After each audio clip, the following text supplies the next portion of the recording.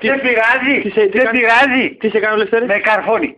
Ποιος? Ο Κελευθέρης. Τι κάνετε? Με καρφώνει. Τι κάνετε? Αλλά στο σχολείο το 69. Άλλο? Πίπες.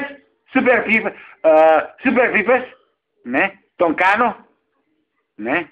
Γουστάρει εκείνος? Ναι, πολύ. Και τα καρόλια μέσα. Μέσα στο λαρίνκι και όλα τα υγρά μέσα. Φωνάζει? Ναι. Τι κάνει? Γελεύεις. Τι κάνει? Χύσε μέσα στο στόμα μου. Ποιος το λέει αυτό, Λευτέρης? Εγώ. Άντε ρε. Ναι. Με καρφώνει. Τον καρφώνεις? Όχι. Τον καρφώνεις? Όχι. Τον καρφώνεις? Όχι, δώσε ένα τσιγάρο. Έλα εδώ. Δώσε ένα τσιγάρο. Έλα εδώ. Δώσε ένα τσιγάρο. Με καρφώνει. Έλα εδώ. Με καρφώνει. Τι? Με καρφώνει. Τι σε κάνει? Με 10 λεπτά. Με καρφώνει.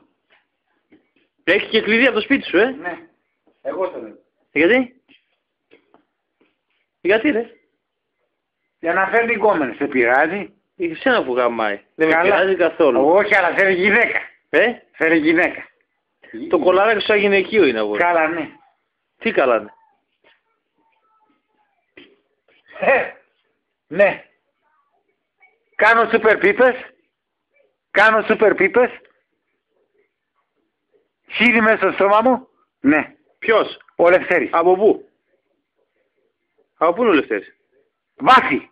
Βάφει. Το γουστάρει? Το Πολύ το. Πολύ. Τι? Το κολαράκι. Τι το κάνει? Το ξεσχίζει. Τρίπηκε. Φύγε από εδώ ρε βρωμόκολε. Φύγε από εδώ ρε βρωμόκολε. Δώσε ένα τσιγάρο.